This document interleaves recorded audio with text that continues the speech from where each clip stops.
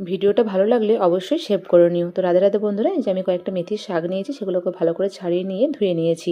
তো তারপরে যে মা আমান্য করছে, সঙ্গে কয়েকটা কাঁচা লঙ্কা নিয়েছিলাম, সেগুলোকেও আমান্য করে নিয়েছি। আর এদিকে আটা নিয়েছি, তার মধ্যে সামান্য নুন, জিরে গুঁড়ো, ধনে গুঁড়ো আর একটু চাট মশলা দিয়েছি। আর এদিকে দিয়েছি জোয়ান আর হচ্ছে কস্তুরি মেথি পাতা। তোমরা চাইলে এটাকে স্কিপ করতেও পারো, দিলে ভালো হয়। তো তারপরে সেগুলো ভালো করে একসঙ্গে সব মাখিয়ে নিয়েছি। তার মধ্যে যে মেথি পাতাটা মানে আমান্য করেছিলাম, সেগুলোকে সব দিয়ে দিয়েছি।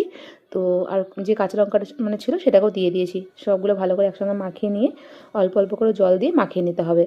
তো আমরা মানে বেশিরভাগই আমরা মেথি পাতার পরোটা করি, তো আজকে করব লুচি। তো চলো তোমাদেরকে দেখাই। তো এই যে মায়ের যে ময়দা মাখা হয়ে গেছে, এখন লুচি বেলছে। তো তোমরা হালকা আঁচে বাজবে, তাহলে জিনিসটা মানে ভালোভাবে ফুলবে আর কি। তো দেখো কত সুন্দরভাবে ফুলেছে। তো মা এখন এই যে ভোগের থালা রেডি করেছে, মা যাবে এখন ভগবানকে ভোগ লাগাতে। তো ভিডিওটা কেমন লাগলো অবশ্যই কমেন্ট করে জানিও।